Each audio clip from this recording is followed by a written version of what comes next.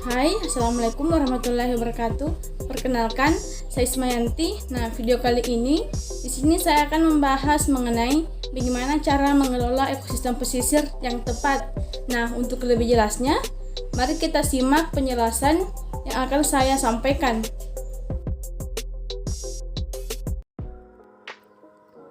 Nah, jadi bagaimana mengelola ekosistem pesisir yang tepat? Jadi, wilayah pesisir merupakan pertemuan dua ekosistem, yaitu ekosistem daratan dan juga ekosistem lautan, sehingga menjadi wilayah yang rawan dan juga dinamis. Realitas wilayah pesisir yang dinamis memerlukan suatu pengelolaan wilayah yang spesifik untuk mengakomodasi semua kepentingan manusia dan juga lingkungan. Wilayah laut Indonesia diketahui sejak lama menyimpan potensi sumber daya alam yang sangat melimpah. Namun, sejauh ini pengelolaannya masih belum berjalan dengan baik karena banyak faktor dan juga hambatan. Nah, kekayaan laut Indonesia berlimpah, bisa tetap terus ada di antaranya karena berkat peran sumber daya hayati laut yang di dalamnya adalah terumbu karang, hutan bakau, dan juga padang lamun. Ketiganya itu berperan sangat penting untuk ekosistem laut kita. Nah, upaya untuk menjaga ekosistem pesisir dilakukan pemerintah dengan menambah luasan kawasan konservasi laut dan bagaimana mengelolanya dengan baik secara berkelanjutan. Dengan demikian, itu bisa bermanfaat untuk alam sekitar dan juga masyarakat. Bentuk lain dari upaya menjaga ekosistem pesisir adalah dengan menerapkan skema ekonomi biru, yang dalam beberapa tahun ini sudah banyak diterapkan oleh negara di dunia. Nah, konsep ekonomi biru akan menjaga sumber daya laut secara berkelanjutan. Ekosistem pesisir berperan sangat penting dan juga besar untuk menjaga kelestarian ekosistem laut dan sekaligus menjaga sumber daya alam yang ada di dalamnya. Keberlanjutan ekosistem pesisir akan sangat bergantung pada pengelolaan yang dilakukan secara baik oleh manusia. Deputi Bidang Ilmu Kebumian Lembaga Pengetahuan Indonesia atau LIPI Agus Haryono mengatakan LIPI atau Lembaga Ilmu Pengetahuan Indonesia sudah memantau ekosistem pesisir di seluruh Indonesia termasuk ekosistem terumbu karang, ekosistem padang lamun dan juga terumbu karang. Ketiga ekosistem tersebut merupakan ekosistem yang penting yang tidak hanya memiliki fungsi ekologi namun juga memiliki peran penting pada perekonomian masyarakat.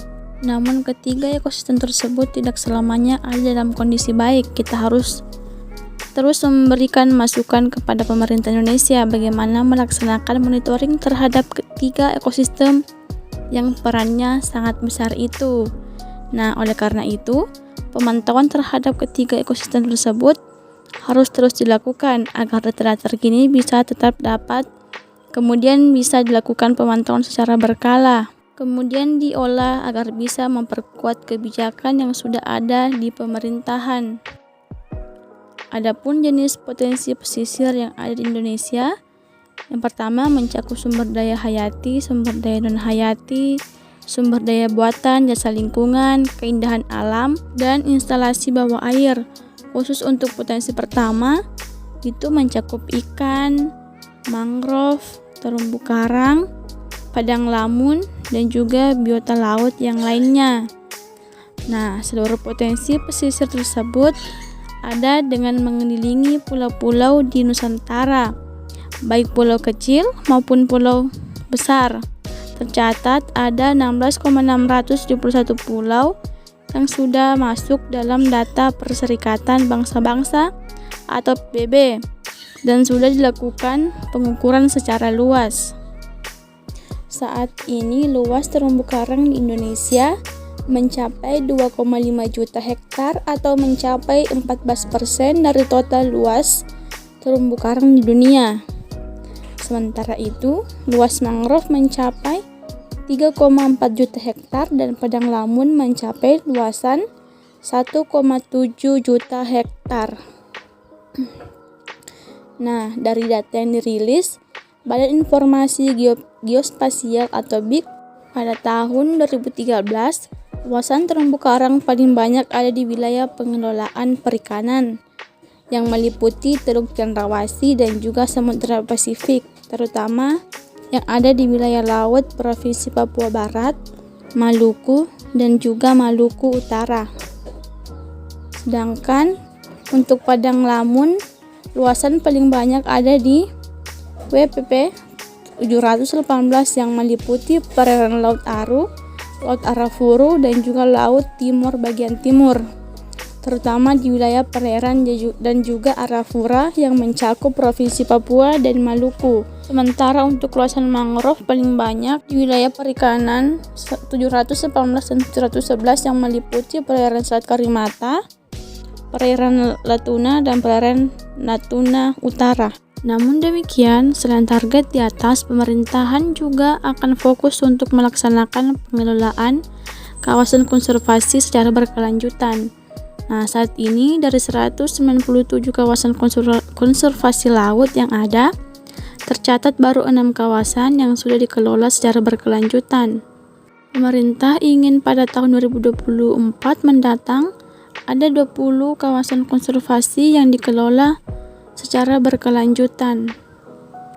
KKP atau Kementerian Kelautan Perikanan Republik Indonesia menetapkan 20 jenis prioritas yang akan dikelola selama 5 tahun ke depan. Nah, adapun 20 spesies yang akan menjadi target prioritas KKP adalah yang pertama, hiu appendix, pari appendix, hiu paus, pari perlindungan penuh yaitu manta, pari gergaji, pari air tawar, penyu, kerang hias, Napoleon, sidat, duyung, dan juga katekea atau paus dan juga lumba-lumba. Begitupun dengan teripang. Selanjutnya ada hiu berjalan, kima dan juga lol, bangkai, cardifins atau BCV, arwana, biota endemik Danau Purba, kuda laut, bambu laut dan juga akar bahar, berubuk, dan yang terakhir belida. Pentingnya mengelola wilayah pesisir dan laut Indonesia karena diharapkan dapat menjadi pendorong pertumbuhan ekonomi bangsa.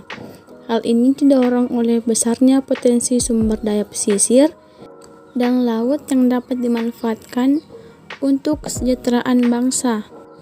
Ekosistem pesisir berperan sangat besar untuk menjaga kelestarian ekosistem laut dan sekaligus menjaga sumber daya alam yang ada di dalamnya.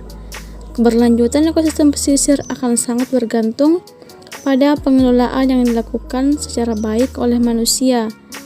Kesehatan laut juga bisa dijaga melalui pendekatan ekonomi biru yang saat ini sudah bergaung di Indonesia.